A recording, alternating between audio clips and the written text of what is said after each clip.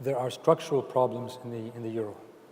Now, coming to 2009 when I became Prime Minister, I said we have a problem in Greece to reorganize our economy. But the question is that Greece is not the problem is the structure of the euro. The bond interests diverging wildly, the bank system falling apart because you have banks in Spain or Greece or Portugal where people are taking their money out because they're fearful and uncertain. You can't have that in a common currency. The fact that there's no growth policy, only austerity, and I was very sorry that we couldn't have a growth policy at the federal, I won't say federal, I know Tony may not like that, but that's at the, what a US would do. Let's say at the European Union level, we could have had a better budget. But at the same time, even the measures we are taking, such as internal devaluation, because we're in the common currency, we can't devalue our currency, are lost because of the appreciation once in a while of the euro. So a very difficult situation. I think secondly, we had a misdiagnosis by a large number of the leaders, of today's leaders in Europe. Even though I was very clear, there was this issue that initially was, oh, it's a Greek problem.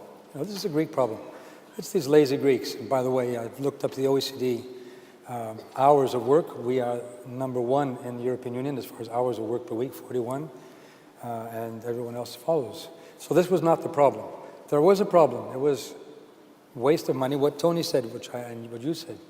The way we use money, where we invest it, there was waste, there was corruption, a clientelistic system.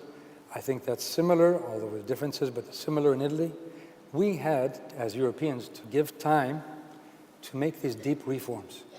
Now, it's sort of like taking a company and say, you're not competitive, you're not selling your product, I want you to go through austerity. Well, what you really need is innovation, training, restructuring, reorganizing the company. So what Draghi did has given us more time, but it's a stopgap measure. We have to go into deeper change.